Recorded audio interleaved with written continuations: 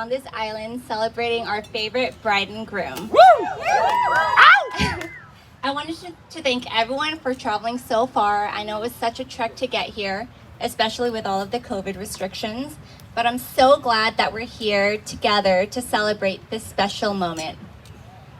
For those of you who don't know me, my name is Trisha, and I am Tiffany's youngest sister and the maid of honor. I'm not gonna lie, I felt a lot of pressure coming up with this speech because there was just so much to say. So I did hours of research and everything said, make sure to not talk about yourself. This day isn't about you. But I was kind of hard to digest because it is. For those of you who don't know, Tiffany and I are pretty much inseparable. So if Tiff is getting married, I'm getting married too. In our younger years, Tiff and I did everything together. We dressed up as twins to fool our parents. We played with our dolls until we were too old of an age, and we were the best backup singers to our oldest sister, Tanya. Fast forward to today, not much has changed. Maybe we got rid of the backup singing and the dolls, but we pretty much do everything together, from living and working from home together, to traveling abroad, and hopefully other more mature things.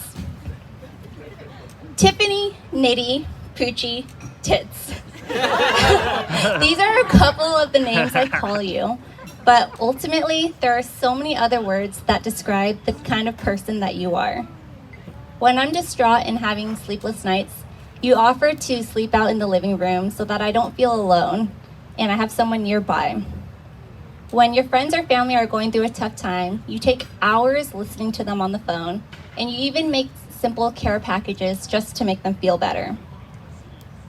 I've learned so much from you growing up and always looked up to you, probably because for a moment in time you were taller than me. But in all seriousness, you taught me how to treat others with compassion. I'm so lucky to be able to call you my sister, best friend, other half, adventure partner, and everything in between. Hold on.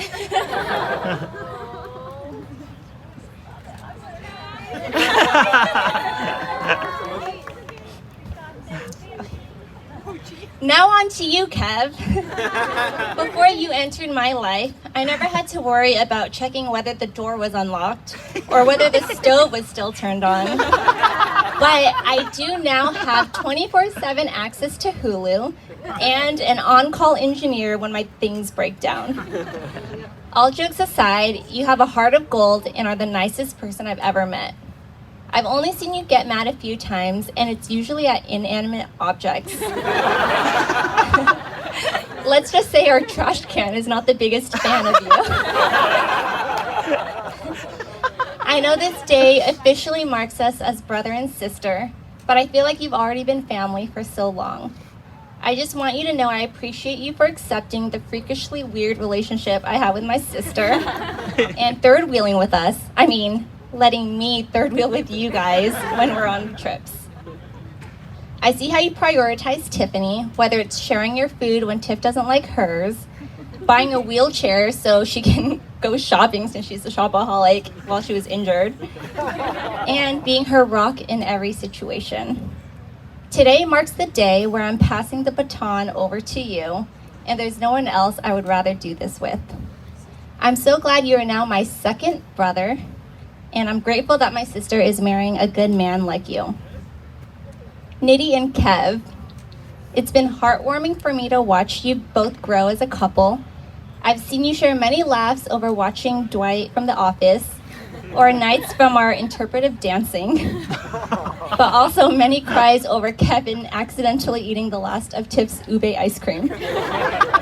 Every couple will have their ups and downs, but you're the perfect balance for each other and are a prime example of a healthy and loving relationship. I can't wait to see what lies ahead. Everyone, please raise your glass to Tiff and Kev, to the Dildrers!